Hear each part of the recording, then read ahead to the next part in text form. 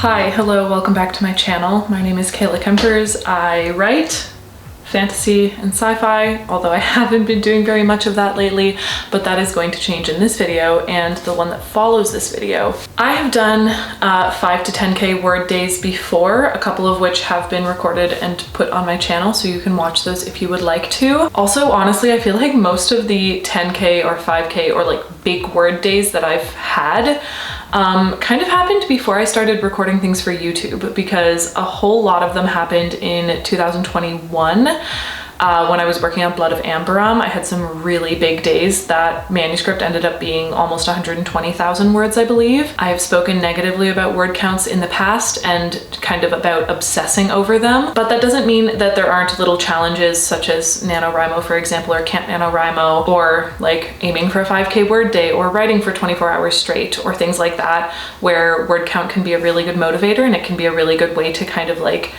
jump back in and kickstart the writing again. For me, I have sort of like a few pipelines in my brain. That's how I kind of think of it.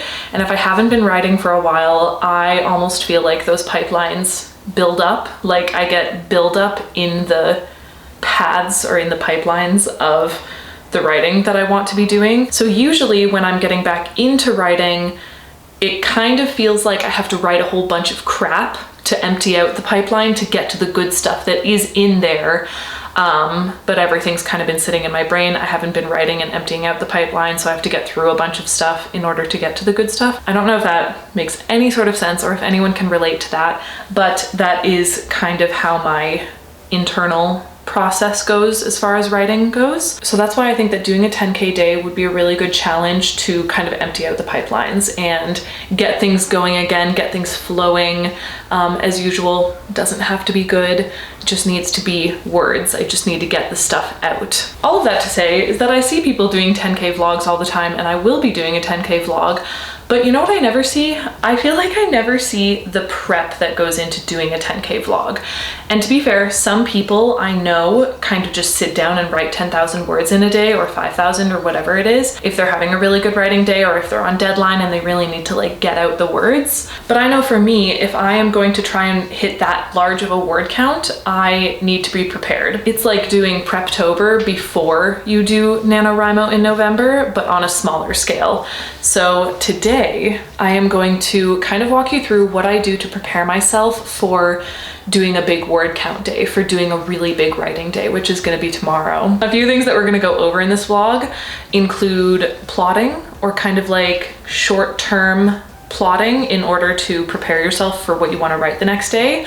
I also like to have craft books and websites or resources ready for me in case I need them. I also like to have what I call backup scenes, which are scenes that generally pop into my head but don't necessarily have a place yet, or they're scenes that I'm very excited about writing, kind of just things that if I get stuck when I'm trying to pump out 10,000 words, I can grab one of those scenes that I'm really interested in and I can use that to keep myself going and to kind of keep the momentum. Something else that I also do that I might have to explain in a little bit more detail, but it's kind of like a fun thing. I basically take some other books that are in my genre that I have with me. If you don't have a bunch of books with you, you could always like go to the library and do this. I will basically go and like stick a bookmark in it in a random page, or I'll open it up to a random page if I'm stuck somewhere, and I'll kind of just like read a few paragraphs of what's going on. I'll explain that a little bit later in the video because it's kind of a weird thing that I do sometimes to jumpstart my creativity, I guess. Obviously don't do that with books that you don't want to spoil, because that could happen unless you're like flipping to an early page. But it's kind of just something that I do when I need some external motivation or some sort of like inspiration and I feel like I can't find any to keep writing. First thing that we're gonna do, I have the outline for draft 2/3 question mark, because I have no idea what draft this is of Between the Waves. I keep trying to keep track of it and it's not working. We're gonna call it draft 2, okay? Because technically did it finish? Technically it never got finished, so I'm gonna call it draft 2, and we've just really been messing with draft 2 quite a bit.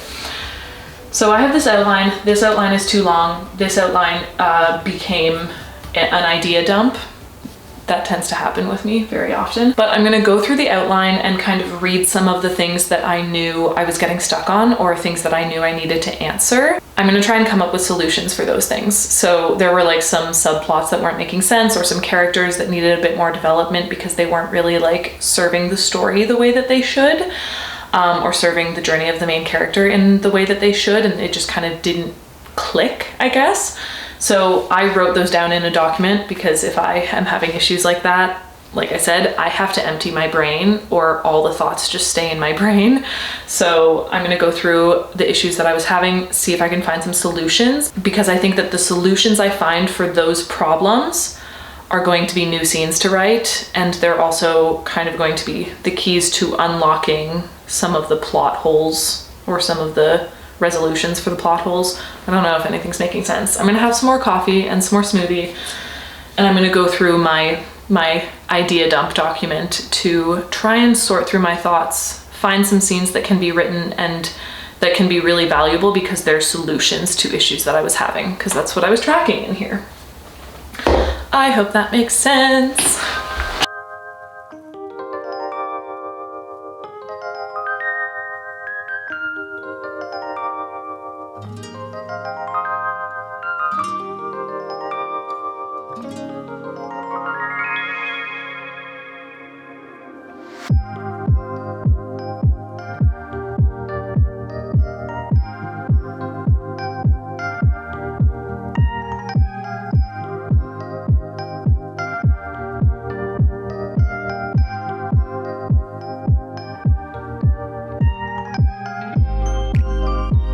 I had some like kombucha coolers, I guess you would call them. It's like alcoholic kombucha, which technically kombucha has alcohol anyways, but it's not enough to like get you drunk. But I had some actual like alcoholic kombucha drinks, and they were kind of fun. I didn't get any more, but I did get some kombucha, and I feel like I'm gonna try and mix my kombucha and my wine. I don't know if that is a terrible, disgusting idea, but we will find out. We'll find out together. I have a couple plot things figured out for tomorrow. I think I still need to go through and make like a list of all of the scenes that I kind of have on deck to start writing tomorrow. I've noticed when I write my scenes, usually they're anywhere from 1,000 to 3,000 words.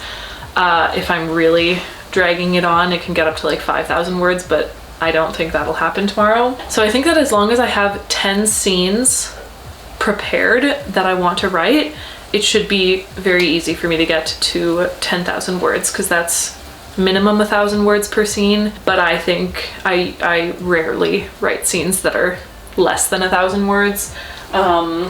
Usually I'd say my average scene length is like 2,000 to 2,500 words. Actually, it could be worse. It's a rave review, I know. So yeah, I think I'm gonna write out those scenes and make sure that I have at least 10 ready to go. Then I'm gonna cook some dinner, and then I will probably move on to the rest of the stuff that I wanna do to kind of like prepare for tomorrow.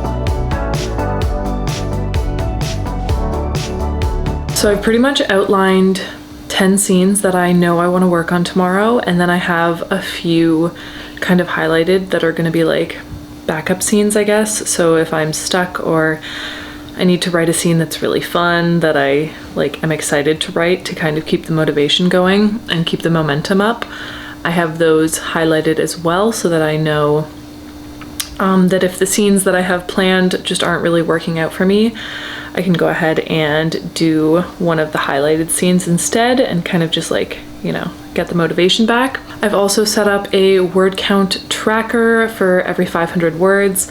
I like to set really, not super low, but I like to set fairly low like intervals, I guess, when I'm tracking. So that's why it's 500 instead of like 1,000.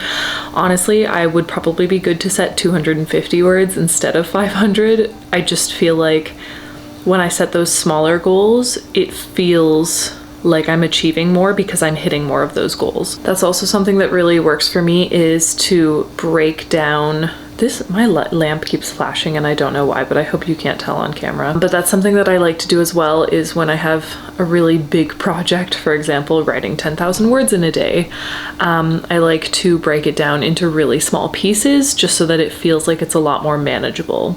Because now it's not like I'm writing a whopping 10,000 words. Instead, I'm just writing 500 words, which isn't very much for me. And then I'm doing it 20 times.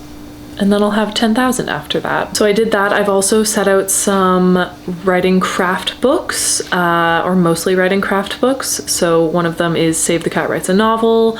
I just like the way it's laid out. I think it's written in a very simplistic form, so it's very easy to follow and understand. I also grabbed my Creating Character Arcs book, which I have found to be very helpful. I think that writing really good characters, I think, is something that I struggle with. I just get overwhelmed. Just characters are so complex, and the ones that I want to write, I feel like they're very complex, so it's very easy for me to get overwhelmed.